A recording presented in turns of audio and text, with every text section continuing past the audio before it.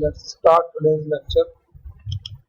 Okay, so what we have seen till now is about digital ramp ADC and how it works. Okay, and we have also solved one of the numerical problem here. Okay, and for that problem, the C part I did not solve. I hope you might have understood. It is very simple. Just to it asks you to calculate the resolution. What it asks, let me resolution of this converter. So you know how to calculate the resolution. So this resolution, the resolution of this converter is equal to the step size. Okay, so step size is 10 millivolt. So if you want to calculate the percentage resolution, so it is simply 1 over. We have already seen 1 over total number of steps into 100. It gives us the 0.1%. So this we have already seen. Okay, if anyone faced any difficulty till now, okay, you might have revised, looked the things again, and you might have seen the problem again.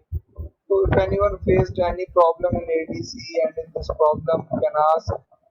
Okay, before we once you are clear, then we move ahead with the next problem. Okay, next problem rather.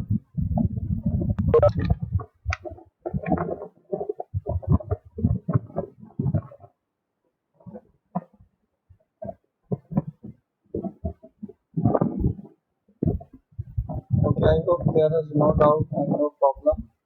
Okay, so let's move ahead. So what we have next is problem number 9. Let me full screen this.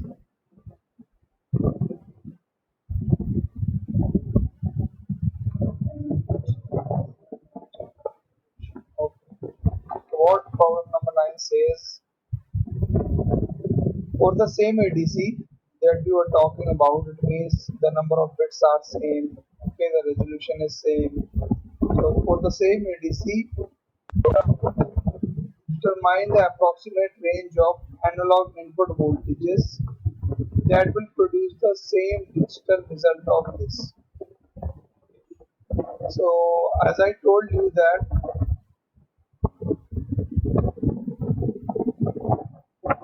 this is the steps that is followed by the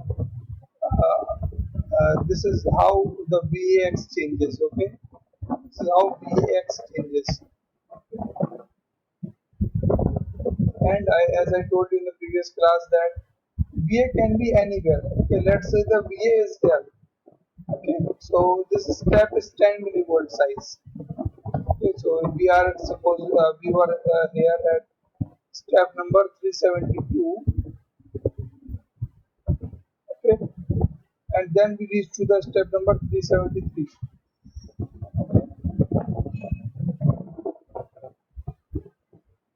And actual voltage that VA was how much the VA was 3.72.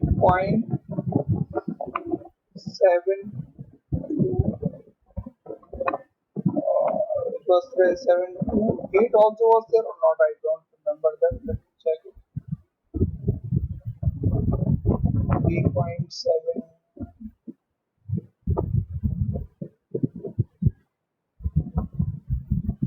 Yeah. Where is it? Yeah, 3.728. Okay. So what you are having, the VA was okay. So VA was 3.728. This was VA. Okay. So what it will do that the VX will continue to increase. Okay. VAX will continue to increase, and in each step, how much voltage it is adding? It is adding 10 millivolt. Okay, and each step. So in 372 millivolt, we will reach to 372, 2, 10. Are you people saying anything?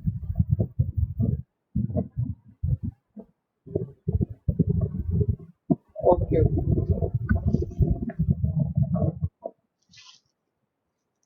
Okay, I think now you will not be getting any noise. Okay, okay, sorry for that. Okay, so it is 10 millivolt, 372 into 10 millivolts.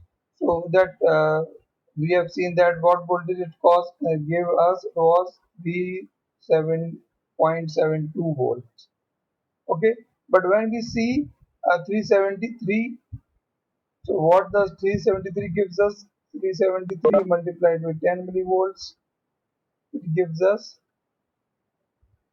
3.73 millivolts. Okay, sorry, not milli, only volts. Okay.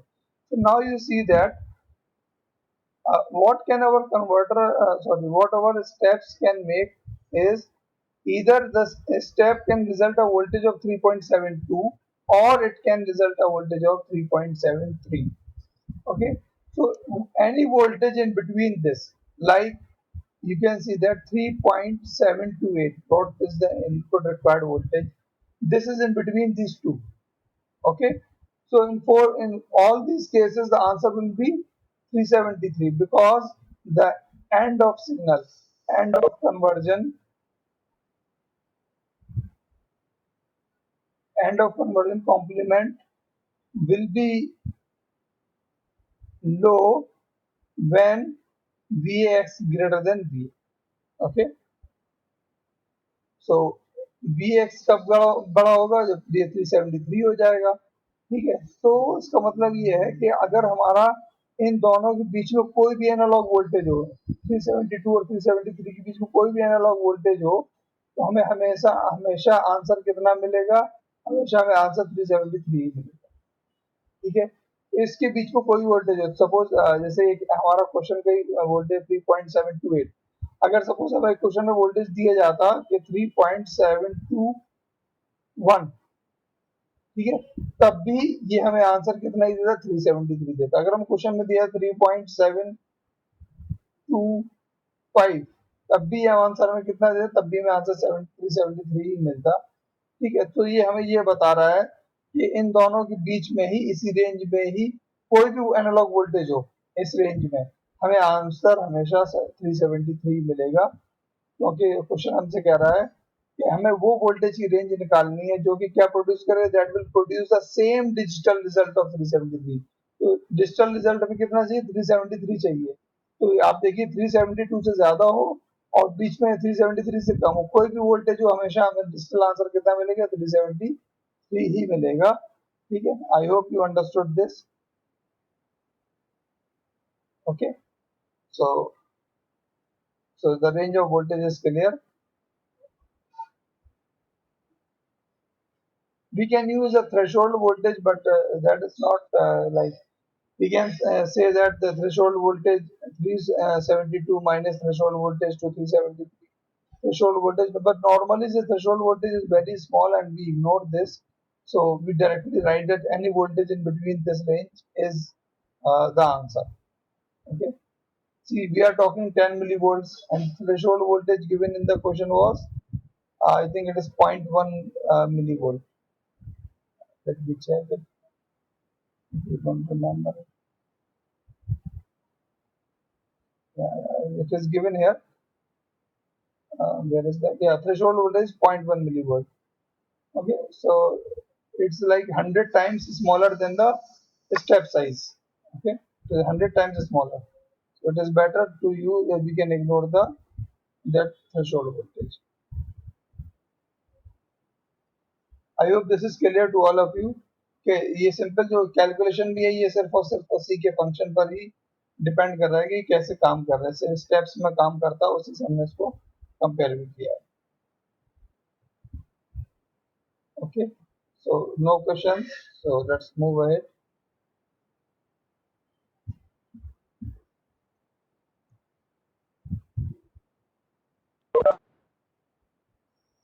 Okay. Okay, there are some other ADCs that we will look on. Okay, let's familiarize us with some of the ADC parameters so that we can measure them and can compare the different ADCs, which one is better and which one is not better, not good. Okay, so let's see some of the parameters that are important for ADCs, and then we'll decide on these parameters which ADC is better than other. Okay. So one of the parameters resolution, okay, resolution and accuracy. So you remember that the resolution of ADC is nothing but the resolution of DAC used in the ADC. ठीक है, तो DAC का आप देखिए हमने ADC में भी जो रेजोल्यूशन हमने लिया है वो किसका रेजोल्यूशन यूज कर रहे हैं, जो ADC के अंदर हमने DAC यूज किया है. So the resolution of the ADC is equal to the resolution of the DAC that it contains. Okay, so remember this. So ADC does not has its own resolution. Its resolution is decided by the DAC it is using. Okay, and you know that the resolution of the DAC can be improved by increasing the number of bits. As the number of bits increases, the step size reduces and the resolution becomes very small. Okay, and it means that is a smaller resolution is better. Okay, so we can increase the resolution, or increasing resolution means making the step size smaller. Okay, so better resolution can be achieved by higher step size. Okay, so smaller the step size, better is the resolution.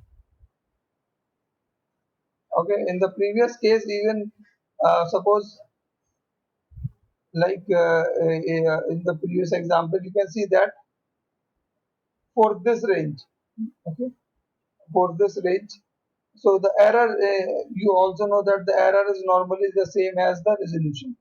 Okay, so if we reduce the resolution to suppose 1 millivolt, let's say 1 millivolt, so the error also reduced to 1 millivolt. If we make the reduction to zero point 0.1 millivolt, this is the resolution, then the error becomes to zero point 0.1 millivolt.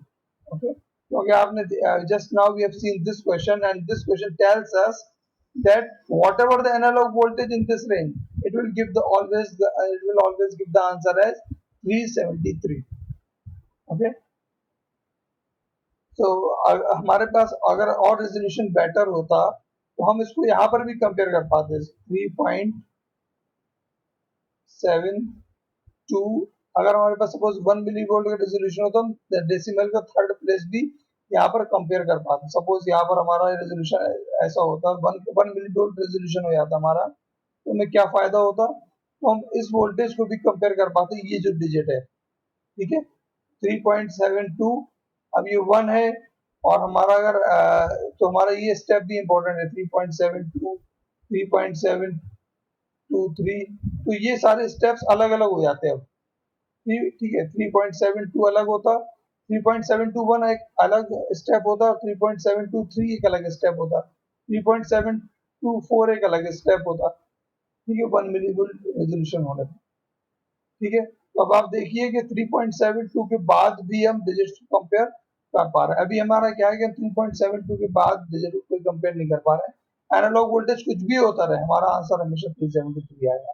और अगर हमारे 1 milli volt resolution हो जाता तो क्या होता, हम last digit को भी थर्ड डिजिट को भी कंपेयर कर पाते डेसिमल के बाद, तो 3.721 एक अलग आंसर मिलता और 3.723 में अलग आंसर मिलता.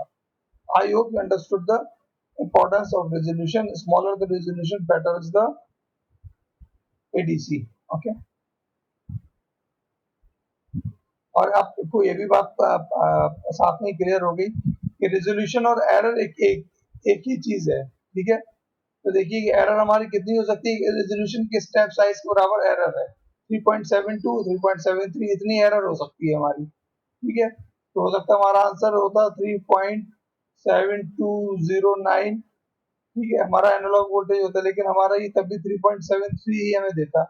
ठीक है, तो एक स्टेप साइज की एरर है. अगर हम इसको कंपेयर करेंगे तो हमें अप्रोक्सीमेटली जो मिलेगा वो 10 मिली वोल्ट ही मिलेगा. ठीक है, ये हमारा कंपैरिजन होगा ऐसे। तो एक रेजोल्यूशन एक तरीके से हमारा एरर भी यहाँ पर सिग्निफाई करता है। It also tells us about the error.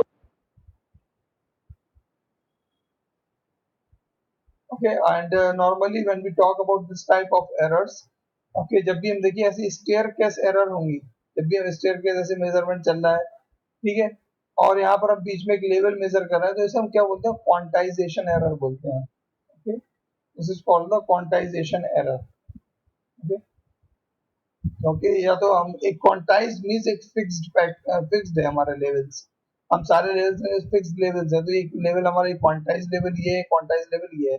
अब इसके बीच में कुछ भी होगा, हमारा सिस्टम तो सेंसिटिव नहीं है, ठीक है, या तो हमारा सिस्टम ये आंसर देगा या हमारा सिस्टम ये आंसर देगा, बीच में कुछ भी होता है। Okay, so this is called the quantization error. Quantization error can be reduced।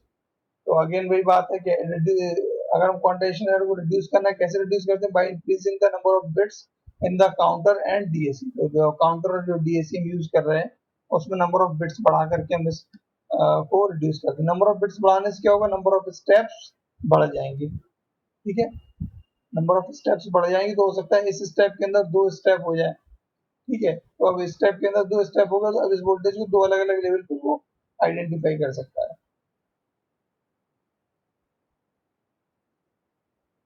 Okay, सो देखिए क्वांटाइजेशन, ठीक है, तो हमारा जो रेजोल्यूशन है वो सही क्वांटाइजेशन एरर कह रहे हैं, लेकिन एरर यहाँ पर क्वांटाइजेशन क्या है, क्वांटाइजेशन एरर देखिए ऐसी होती है, ये हमारे स्टेप्स हैं, ठीक है, अब इसमें स्टेप्स में ही मेजरमेंट होता है सारा, ठीक है, तो अब क्या है कि एक लेवल फिक्स्ड है, ठीक है, तो ये दूसरा लेवल फिक्स है, तो क्वांटाइज्ड लेवल है, ठीक है, क्योंकि क्वांटाइज मींस एक फिक्स लेवल हमने कर दिए, अब इनमें कोई चेंजेस नहीं हो सकते, ठीक है, एक बार हमने नंबर ऑफ बिट्स हमने फिक्स कर दी, जैसे ही हमने नंबर ऑफ बिट्स फिक्स की, डीएसी जो हम एडीसी के अंदर डीएसी यूज कर रहे हैं, उसकी नंबर ऑफ बिट्स हमने जैसे ही फिक्स की, तो क्या होगा कि हमारा रेजोल्यूशन फिक्स हो जाएगा, ना स्टेप साइज फिक्स हो जाएगा, स्टेप साइज कितना है वो फिक्स हो जाएगा हमारा, ठीक है, तो स्टेप साइज में क्या है कि हमारा स्टेप्स या तो यहाँ पर होगा या यहाँ पर होगा, ठीक है, तो वी एक्स की वैल्यू या तो ये होगी या फिर ये होगी, इसके बीच में वी एक्स की वैल्यू कुछ भी नहीं हो सकती है। हाँ,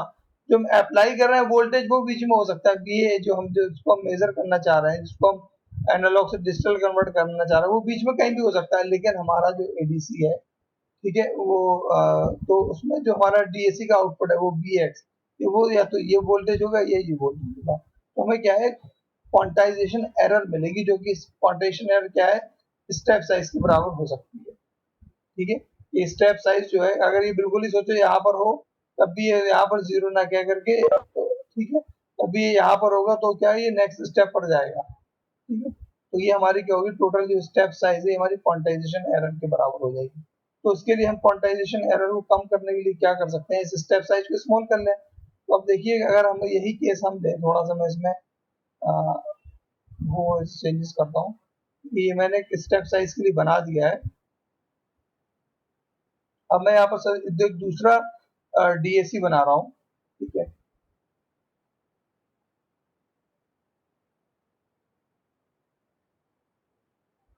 ये एक दूसरा डीएसी है, ठीक है, अब आप देखिए कि इस डीएसी का और इस डीएसी को कंपेयर करिए, जहां पर इस रेड वाले का एक स्टेप है, वहीं पर इसके कितने 1 2 3 स्टेप्स, उतने ही टाइम, उतने ही इंटरवल में, ठीक है, तो अब देखिए कि अब ये कहाँ, अब ये वोल्टेज हमारा कहाँ पर फिक्स होगा, ये वोल्टेज हमारा था मेजरमेंट का, अब ये हमारा वोल्टेज कहाँ जाएगा, ये वाला वोल्टेज हमारा इस स्टेप में जाएगा, तो अब देखिए इसमें एरर कितनी हो सकती है, इस इतने बराबर हो सकती है, और इस केस में एरर कितनी हो सकती है, इतनी एरर हो सकती है, यानी कि स्टेप साइज के बराबर। तो स्टेप साइज जितना छोटा होगा, उतनी हमारी एरर कम होगी, उसे हम क्वांटाइजेशन एरर बोलते हैं। आई होप कि आपको बात थोड़ा समझ में आ गई होगी। Okay, okay, so let's move ahead. There is another problem waiting for us.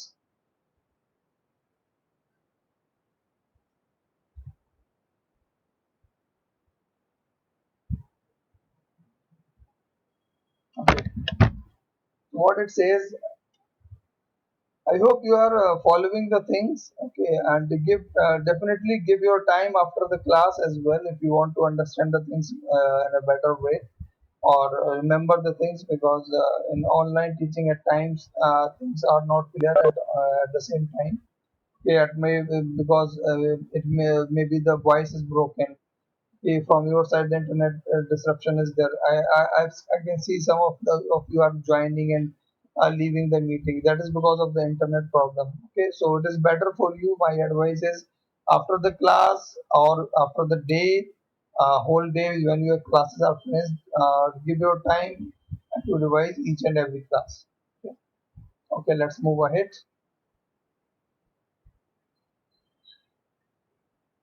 A certain 8-bit ADC has a full scale input of this volt, okay, 2.55 volt. Okay, so it means that full scale input.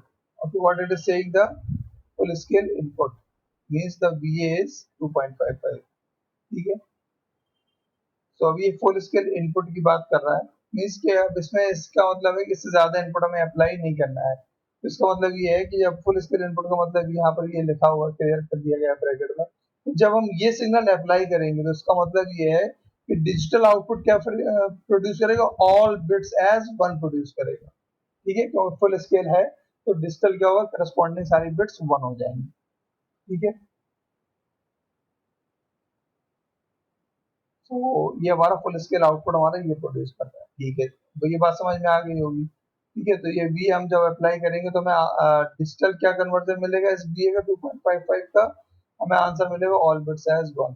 ठीक है, we से हम apply करते हैं, एक minute में इसको थोड़ा और, तो एक हमें डिजिटल वर्ड मिलता है जो भी हमारा डिजिटल कन्वर्जन मिलता है। ठीक है, तो हमारा डिजिटल हमें वर्ड मिलता है, डिजिटल हमें यहाँ पर मिल जाता है, वी अप्लाई के डिजिटल मिल जाता है। तो एक वी ऐसा है जिसकी वैल्यू है 2.55, और हमें ये 2.55 कितना देता है, 2.55 जब हम अप्लाई करते हैं तो हमें क्या मिलता है यहाँ पर, तो ये हमें देता है क्या, ये हमें देता है ऑल बिट्स एज वन।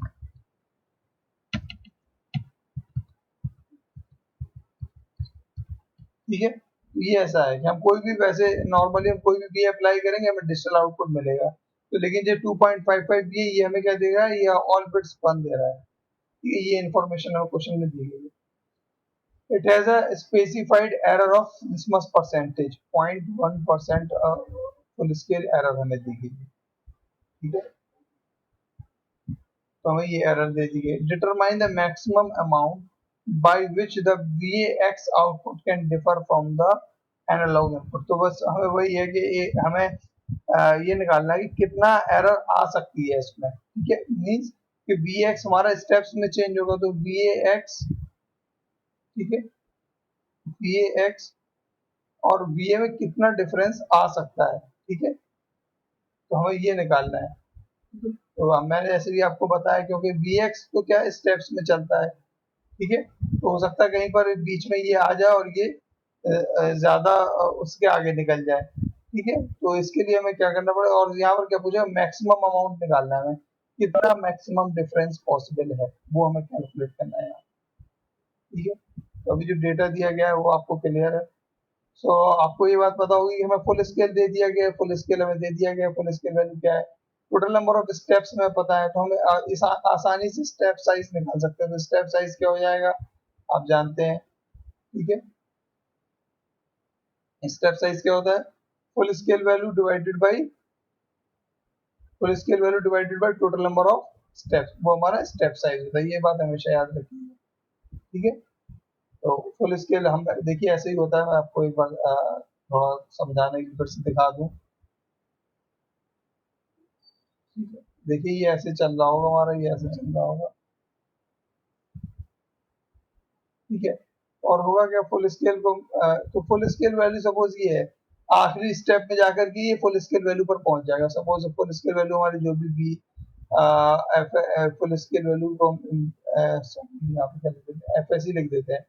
ठीक है, फुल स्केल वैल्यू को हम पहुंचाइए, इतने सारे स्टेप चलने के बाद ये फुल स्केल पर पहुंचेगा। ठीक है, तो यही है कि full scale divided by step कर देंगे, टोटल नंबर ऑफ स्टेप, तो हमें क्या निकल जाएगा, एक स्टेप का साइज हमें मालूम चल जाएगा। तो यही हमने किया है यहाँ पर, total number full scale divided by total number of steps. तो स्टेप्स कितने होते हैं, अगर 8 बिट यूज करें तो 2 पावर 8 माइनस 1 इतने सारे स्टेप्स होंगे। ठीक है, जो कि हमें क्या देगा, which will give us 10 millivolt, which will give us 10 millivolt. It means the step size is how much? The step size is 10 millivolt. Okay. So this means that even if the DAC has no inaccuracies, the VX output could be off by as much as 10 millivolt. ये बात मैंने आपसे पहले भी की कि VA और VX में मैक्सिमम डिफरेंस कितना हो सकता है, इनमें जो डिफरेंस हो सकता है मैक्सिमम, ठीक है। अब पिछले क्वेश्चन में हमने बात की है कि वो 3.72 से 3.73, ठीक है। तो इन दोनों में डिफरेंस कितना है, इन दोनों में डिफरेंस कितना है, ये डिफरेंस हमारा है 10 मिलीवोल्ट, क्योंकि उसका भी रेजोल्यूशन कितना था, 10 मिलीवोल्ट था, हमने इससे पहले वाला भी जो यूज किया था, ठीक है। तो इन दोनों में क्या देखिए कि दोनों ही केस में अगर VA हमारा 3.72 भी हो जाएगा तब भी हमारा आंसर जो है 3.73 पर ही हमें आंसर मिलेगा, ठीक है। तो दोनों में डिफरेंस कितना हो जाएगा, 10 मिलीवोल्ट, ठीक है। तो ये बात हमेशा याद रखिएगा कि दोनों में जो हमारा डिजिटल इक्विवेलेंट एनालॉग सिग्नल है जिसे हम AVX बोल रहे हैं और अप्लाइड एनालॉग सिग्नल, इनमें हमेशा कितनी एरर हो सकता है, कितना डिफरेंस हो सकता है, वो एक रेजोल्यूशन और रेजोल्यूशन या स्टेप साइज के बराबर का एरर हो सकती है, ठीक है। वो क्वांटाइजेशन एरर हमेशा किसके बराबर हो सकती है, वो हमारा एक स्टेप साइज के बराबर हो सकती है। This means that VX value can be off by as much as 2.55 millivolt because of component inaccuracies. Okay. अच्छा हाँ, तो अब यहाँ पर क्या है कि ये तो हमारा क्या, ये मैक्सिमम तो हमने ये निकाले 10 मिलीवोल्ट, ठीक है। तो ये मैक्सिमम हमारा ये दे रखा है यहाँ पर, ठीक है। अब इसमें आगे एक बात और दी गई है प्रॉब्लम में, ठीक है। It is a specified error of 0.1% of full scale, ठीक है। स्पेसिफाइड एरर यानी ये एरर तो इसमें होनी ही होनी है, ये अब दोनों एरर में फर्क आप समझ लिए, मैं आपको फिर से थोड़ा सा समराइज करके फिर से दोनों में एरर में फर्क बता देता हूँ, ठीक है। तो स्पेसिफाइड एरर जो हमारी है, ये स्पेसिफाइड एरर जो हमारी है ये 0.1% दी हुई है, ये इसका मतलब है कि कंपोनेंट्स की डिजाइनिंग की वजह से, ठीक है, कंपोनेंट की वैल्यू की वजह से या ऑपरेशन की वजह से इतनी एरर तो सर्किट में आनी ही आनी है, 0.1% ऑफ फुल स्केल, इतनी एरर तो इसमें आनी ही आनी है, ठीक है। और दूसरी एरर कितनी पॉसिबल है, दूसरी एरर इसमें कितनी पॉसिबल है वो मैंने आपको बताया कि VX और VA में आपस में कितनी एरर हो सकती है, मतलब VA और VX में कितना डिफरेंस हो सकता है, अगर मैं इसको एरर को हटाकर मैं डिफरेंस करता हूँ तो ये कितना हो सकता है, ये हो सकता है बहुत से बहुत रेजोल्यूशन के बराबर और स्टेप साइज के बराबर, ठीक है। ये स्टेप साइज का फर्क हो सकता है इन दोनों में, ठीक है। तो एक एरर ये हो सकती है स्टेप साइज के बराबर, इसे हम क्या बोल रहे हैं, क्वांटाइजेशन एरर बोल रहे हैं, QE बोल देता हूँ मैं इसे, ठीक है। क्वांटाइजेशन एरर हो गई, स्टेप साइज के बराबर हमारी ये डिफरेंस हो सकता है इन दोनों में मैक्सिमम, ठीक है। और दूसरी एक स्पेसिफाइड कंपोनेंट की वजह से एरर आने वाली है, ठीक है। तो अब देखिए एरर को क्या होता है कि एरर हमेशा प्लस माइनस होती है, अगर आपको मालूम हो तो एरर हमेशा प्लस माइनस में लिखते हैं, ठीक है। तो ये एक पहली एरर है, ये जो हम क्वांटाइजेशन एरर करें। दूसरी एरर क्या है, दूसरी एरर हमारी क्या है, स्पेसिफाइड एरर है, मैं उसको ऐसे ही लिख देता हूँ, ये कोई स्टैंडर्ड नाम नहीं है ऐसी, तो मैं ऐसे ही लिख देता हूँ स्पेसिफाइड एरर को, स्पेसिफाइड एरर प्लस माइनस, ठीक है। तो ये कई बार ये हो सकता है कि दोनों एरर नेगेटिव हो सकती हैं, ये भी पॉसिबल है कि दोनों एरर पॉजिटिव हो, ये भी पॉसिबल है एक पॉजिटिव दूसरी नेगेटिव हो, कोई भी पॉजिटिव कोई भी नेगेटिव हो सकती है, तो ये सारी एरर ऐसे निकलती है, ठीक है, ठीक है। तो लेकिन इसमें हमसे पूछा क्या गया, पूछा गया मैक्सिमम अमाउंट, तो जब मैक्सिमम अमाउंट पूछा गया तो हमें यानी कि ज्यादा से ज्यादा डिफरेंस हमें निकालना है, ठीक है। तो मैक्सिमम अमाउंट ऑफ डिफरेंस की अगर बात कर रहे हैं, मैक्सिमम अमाउंट ऑफ डिफरेंस कब आ सकता है, ये तो दोनों प्लस हो या दोनों माइनस हो, ठीक है, दोनों प्लस हो या दोनों माइनस हो। लेकिन इस केस में होता क्या है कि VX हमेशा VA से बड़ा ही होता, तभी जाकर के हम अपना कन्वर्जन स्टॉप करते हैं। कन्वर्जन स्टॉप कब होता है, जब VX ग्रेटर हो जाता है VA से, ठीक है, उससे पहले कन्वर्जन स्टॉप नहीं होता है, ठीक है। तो हम दोनों के पॉजिटिव साइन ही लेंगे, तो ये एरर कितनी होगी, पहली वाली एरर होगी 10 मिलीवोल्ट, दूसरी एरर कितनी है फुल स्केल का 0.1%, तो 0.1 into 2.55 divided by 100. Okay, so this gives us a total of 12.5.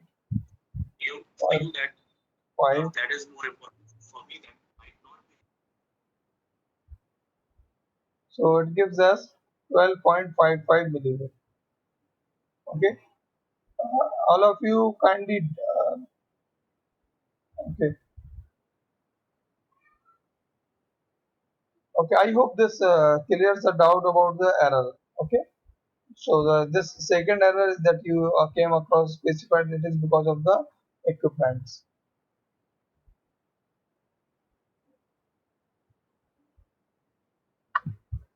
Next thing is conversion time. It is important. Okay. So, conversion time. Okay, so as I told you that conversion time is what is the time that is taken by the converter, taken by ADC to convert an analog signal to the digital signal. Okay, so इसको analogue signal VA को convert करके उसका equivalent digital signal लेने में हमें जो time लगा उसे हम क्या बोलते हैं, कन्वर्जन टाइम बोलते हैं. ठीक है. अच्छा, कन्वर्जन टाइम डिपेंड एडीसी पर डिपेंड करता है. अलग अलग एडीसी का कन्वर्जन टाइम अलग अलग हो सकता है. ठीक है, क्योंकि अलग अलग एडीसी का कंपेयरिंग का मेथड अलग होता है. वो हम अभी आगे देखेंगे, हम दूसरे एडीसी पढ़ेंगे. ठीक है. तो लेकिन ये कन्वर्जन टाइम डिसाइड कैसे होता है ये मैंने आपको पहले बताया है. मैं आपको इसको थोड़ा ऊपर लेके चलता हूँ. जहाँ पर ये यहाँ पर मैंने आपसे कन्वर्जन टाइम की बात की थी, और कन्वर्जन टाइम यहाँ पर देखिएगा हमारा एनालॉग सिग्नल पर डिपेंड कर रहा है. ठीक है, और मैंने कहा था कि एनालॉग सिग्नल अगर कम हो जाए, यहाँ पर आ जाए, तो कन्वर्जन टाइम हमारा रिड्यूस होकर के बस इतना ही बचेगा. ठीक है, और अगर हमारा एनालॉग सिग्नल यहाँ पहुंच जाए तो कन्वर्जन टाइम हमारा बढ़कर यहाँ तक हो जाएगा. और अगर और आगे चला जाए तो कन्वर्जन टाइम हमारा यहाँ तक, हमारा एनालॉग सिग्नल हो जाए तो कन्वर्जन टाइम हमारा यहाँ तक हो जाएगा. ओके, तो जो हमारा डिजिटल रैंप एडीसी है, इसमें क्या है कि कन्वर्जन टाइम जो है वो डिपेंड कर रहा है number of sorry analog input पर, कि एनालॉग इनपुट पर पहुंचने के लिए कितनी स्टेप्स लग रहे हैं.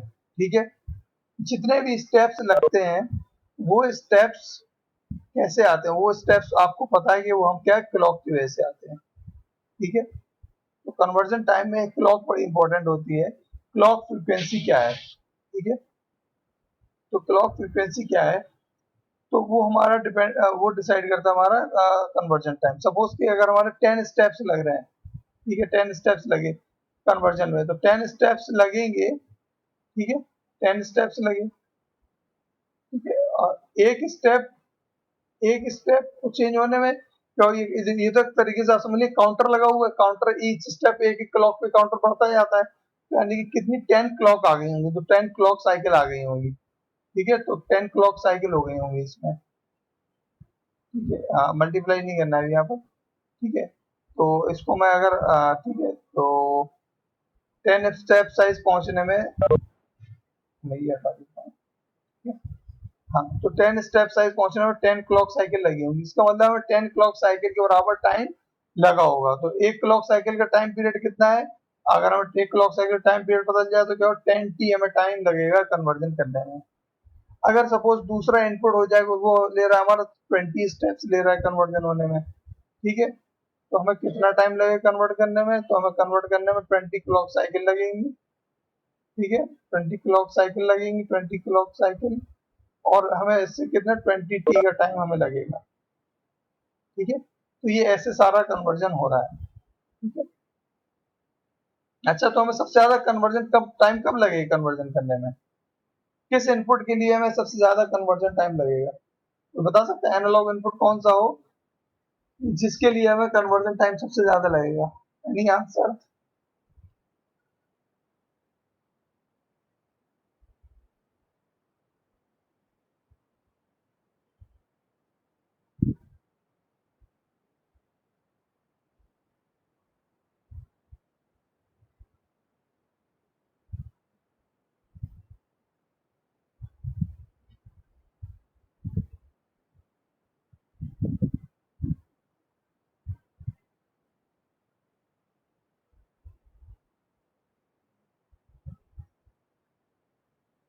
कोई आंसर नहीं आया। 5 वोल्ट, 5 वोल्ट क्या होता है? देखिए 5 वोल्ट, 10 वोल्ट, 20 वोल्ट वो तो चेंज होता रहता है ना। कोई आंसर बताइए जो हमें ये बताए कि किसके लिए हमें सबसे ज्यादा टाइम लगेगा। 5 वोल्ट मत बोलिए, 5 वोल्ट के करस्पॉन्डिंग कोई एक स्टैंडर्ड टाइम यूज करिए। 5 वोल्ट भी हो सकता है, वो 10 वोल्ट भी हो सकता है। 5 वोल्ट तो एक आपने जनरल आंसर दे दिया, कोई आंसर नहीं है।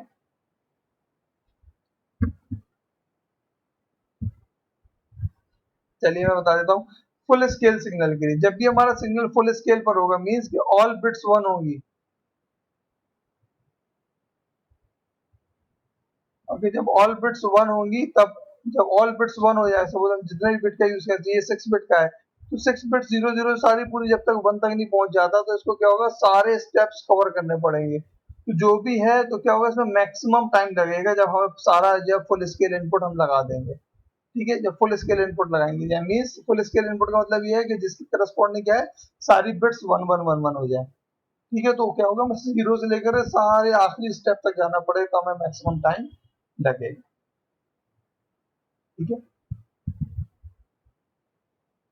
तो ये क्लॉक साइकिल्स का अगर हम एन बिट का यूज कर रहे हैं तो एन बिट में कितने स्टेप्स होते हैं, 2 to the power n-1 steps होते हैं, तो 2 to the n-1 clock cycles हमें लगेंगी। अगर एक क्लॉक साइकिल का टाइम पीरियड हमारे पास मालूम हो जाए तो उसको मल्टीप्लाई कर दिए तो हमारा ये मैक्सिमम टाइम निकल आए। अदरवाइज, अदरवाइज क्या होगा कि हमें इंडिविजुअली निकालना होगा, कितनी जितनी भी साइकिल लगेंगी कन्वर्जन टाइम उतना ही होगा। अगर हमें 30 साइकिल लगी तो 30 स्टेप्स चलने पड़े तो 30 साइकिल हुई, इसका मतलब 30 × t is the time period of the clock. तो क्लॉक का टाइम पीरियड नॉर्मली नहीं दिया जाएगा, फ्रीक्वेंसी दी जाएगी तो आप निकाल लेंगे 1/f से, 1/f से आप फ्रीक्वेंसी निकाल लेंगे। Okay, so this all about the conversion time. कुछ एवरेज वैल्यू भी कैलकुलेट, एवरेज वैल्यू भी कैलकुलेट करिए, मैक्सिमम ओवर 2, ये उन्होंने एवरेज निकाल लिया है। ठीक है, approximately 2 to the power n-1 average आएगा, क्योंकि कुछ हम मान सकते हैं कुछ सिग्नल जो होंगे कम होंगे, किसी में कम लगेगा, किसी में ज्यादा लगेगा, तो ऑन एन एवरेज जो है 2 to the power n-1 लगेगा। ठीक है, तो एक यहाँ पर देखिए क्या है कि डिजिटल रैम्प का एक डिसएडवांटेज है क्या, the major disadvantage of the digital ramp method is that conversion time essentially doubles for each bit that is added to the counter. अगर हम एक अगर हम एक काउंटर की 8 बिट बढ़ा दें तो क्या होगा कि कन्वर्जन टाइम डबल हो जाएगा। अगर हम सोचे 6 बिट के लिए यूज कर रहे थे, अगर हम 7 बिट के लिए कर दें तो क्या होगा, आप जानते हैं 2 से मल्टीप्लाई हो जाएगा, 2 to the power एक बढ़ जाएगी। ठीक है, तो वो हमारा क्या होगा, कन्वर्जन टाइम अप्रोक्सीमेटली डबल हो जाएगा।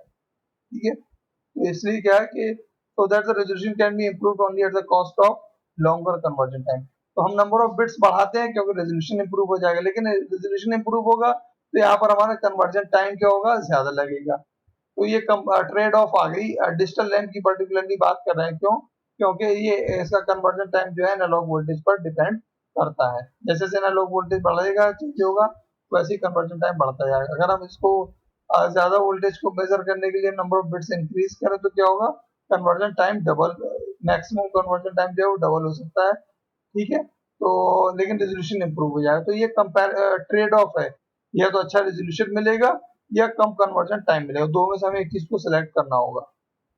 ठीक है, हाँ किसी ने रिक्वेस्ट किया था सर मैं रिपीट कर दूं, अगर मैं अब रिपीट करेंगे तो ये टाइम सारा खत्म हो जाएगा रिपीट करने में ही। ठीक है, सो एप्लीकेशन है तो हम एप्लीकेशन पर नहीं जाएंगे।